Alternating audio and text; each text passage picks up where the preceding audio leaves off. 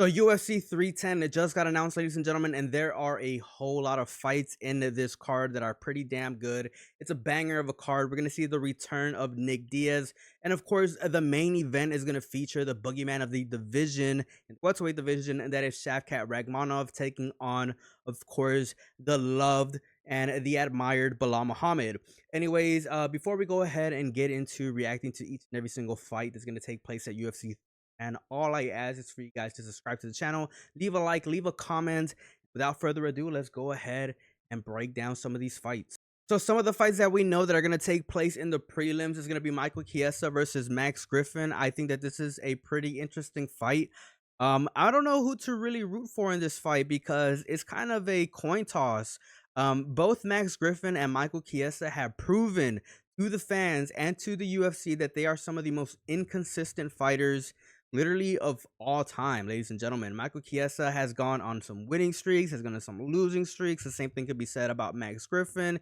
He tends to win, one or two times, and he loses, then he wins, then he loses, then he wins a couple of times. And, it's just an ongoing pattern for both of these guys. But I think that the UFC is trying to breathe. They're trying to make these guys get a little bit of traction in their careers, give them a little breath because they definitely do need it. And I think that they're the perfect type of matchup for each other. Inconsistent fighter versus inconsistent fighter. In my honest opinion, I feel like Michael Chiesa might have a little bit of the advantage here because I honestly do think that he does a okay job fighting from the southpaw position. I always say that an aggressive southpaw is an oxymoron, and I feel like Michael Chiesa, as of late, has been understanding the fact that he does need to be a little bit more of a counter fighter whenever he is fighting from the southpaw position. Especially, we saw that against Tony Ferguson. That's how he was able to take Tony Ferguson to the ground, by literally doing a counter move against Tony Ferguson. And, I feel like Michael Chiesa might have a little bit of the edge in this fight. Max Griffin, he has okay striking, he has okay wrestling. He's really okay in every department, but I really don't see anything particularly special about Max Griffin, in my honest opinion. So in this fight particularly, I am going to go ahead and pick Michael Chiesa to take this fight. In my honest opinion, I feel like it might even go to a decision. But let me know what you guys think about this fight down in the comment section below. The last fight of the prelims, of course, is going to feature the Lionheart, Anthony Smith. Ladies and gentlemen, we all know how much of a warrior Anthony Smith is, without a doubt. He's going to be facing off against Dominic Reyes, who was in a bit of a losing streak after losing to John Jones. I think he lost like 3 or 4 fights in a row. But he had a really, really good win in his last fight. He was able to finish his opponent, and hopefully, that gives him some of the courage, that gives him some momentum right now in his career because he definitely needs it. I feel like he's really, really close to getting back into form. He's only 34 years old. He is not, in his prime, but he is in the tail end of it, ladies and gentlemen. And I still feel like he has a lot left in the tank.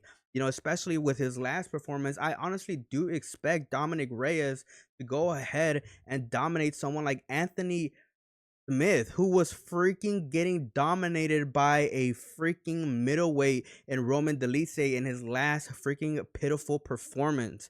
So we're going to go ahead and give Dominic Reyes the dub for this fight. It's going to be a really, really interesting one.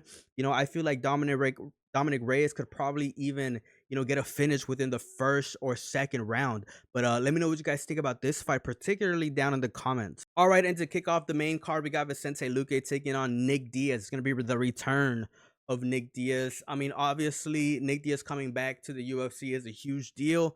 But in my honest opinion, don't expect Nick Diaz to have a superstar performance because obviously the Nevada State Athletic Commission robbed Nick Diaz of his best years, where he could have been giving us some of the best fights of his career.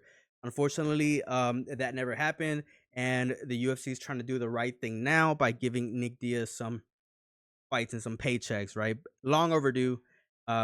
Well, like I said, Nick Diaz hasn't had a fight in a couple of years, and even before his last fight, he was in a super long layoff. Obviously, his last fight was against Robbie Lawler, where he lost. But I think right now the UFC are kind of giving him a leg up by giving him someone like Vicente Luque, who hasn't had too many inspirational performances as of late. Even though he was looking pretty damn good a couple of years ago, it kind of does seem like Vicente Luque has taken a steep decline. But I hope that Nick Diaz comes back. I hope that he has a good performance, and that's all we could ask for. I'm not, going to be giving Nick Diaz too much pressure to get a win. I would like to see him get a win, but all I ask for Nick Diaz in this upcoming fight is just for him to have a good performance and to give us, a good idea of how he used to be. I guess all I wish is that he has a good performance against Vicente Luque, but I'm not gonna pressure this guy to go ahead and give us a win if I'm just being completely honest. And we move on to the second fight in the main card, ladies and gentlemen. It's gonna be Movsar Evloev versus Aljamain Sterling, a featherweight bout. I think that this fight might be a title eliminator fight. This fight is going to be a very, very highly skilled wrestling slash grappling match, in my honest opinion.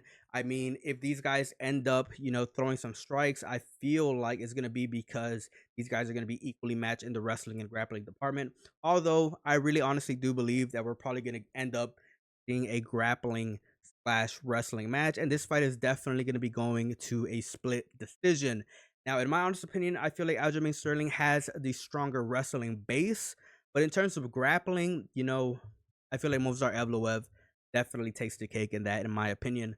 Aljamain Sterling is really, really good at pinning his opponents down, and Movsar Evloev is really good at positioning himself to get control time. Those are completely two different games, ladies and gentlemen. And I feel like this probably, goes to a split decision, and we're gonna go ahead and pick Movsar Evloev to take the W over Aljamain Sterling. That's just the way I see it, ladies and gentlemen. All right, and the next fight of the night is gonna be Cyril Gahn taking on Alexander Volkov. I feel like we're probably gonna end up seeing similar things like their first fight. I really do think that Cyril Gahn is gonna be finding Alexander Volkov's chin a lot, even though Cyril Gahn is gonna be the shorter man in this fight. Even though he is 6'4", that's absolutely insane, by the way. Alexander Volkov is too freaking tall.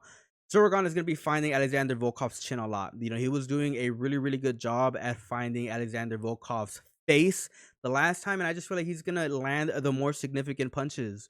And I really do think that Zorogan is really, really good, at pretty much keeping up the pressure, being the shorter fighter. If you guys go ahead and look at Zorogan's performance against Alexander Volkov, this guy has really good dispositions, especially being the shorter man, and I really do think that Cyril Gahn is probably most likely going to outstrike Alexander Volkov as well as land the more significant punches. I feel like this fight probably goes to a decision, but it's going to be a brutal fight, ladies and gentlemen. But like I said, I feel like Cyril Gahn is going to go ahead and take the dub. All right, and for the co-main event is going to be one of the more controversial fights out there, ladies and gentlemen. This fight has been heavily criticized by a lot of fans on Twitter, YouTube, Instagram, Facebook, and that's Kai Asakura coming straight to the UFC and getting a title shot on Alexander Pantoja. In my honest opinion, I feel like the UFC were trying to get a fight between Asakura and Tatsuro Taira, but unfortunately Tyra got freaking annihilated by Brandon. I'm not gonna say annihilated, but he got beat by Brandon Royval today, ladies and gentlemen. So that fight is not gonna be taking place. I think that the UFC is trying to save the flyweight division, in my honest opinion. I feel like they don't like Alexander Pantoja, because why else would they give Kai Asakura a title shot off the rip?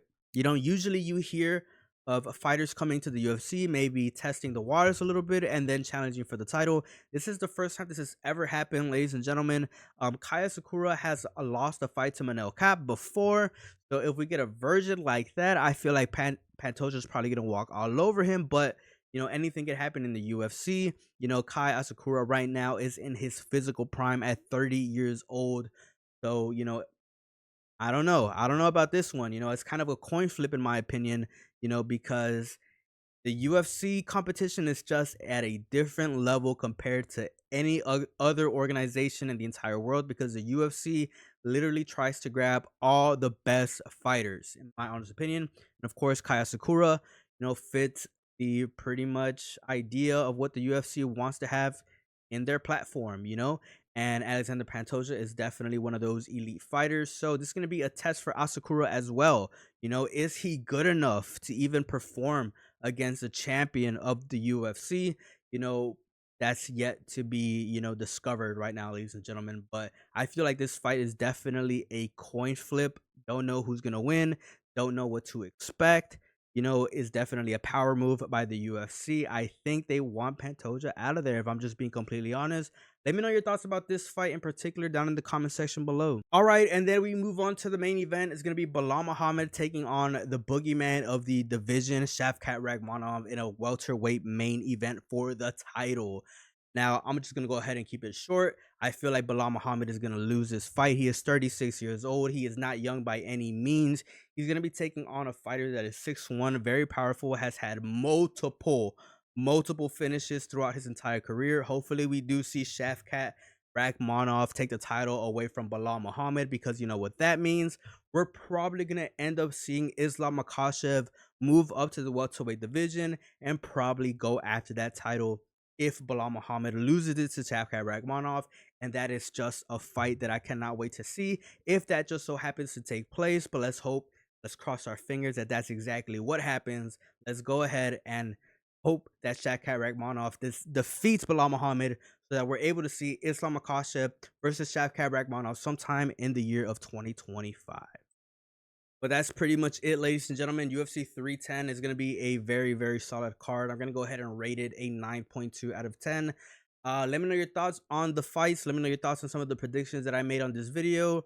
Subscribe to the channel, leave a like, leave a comment. As always, it's a pleasure. Peace out and have a good one.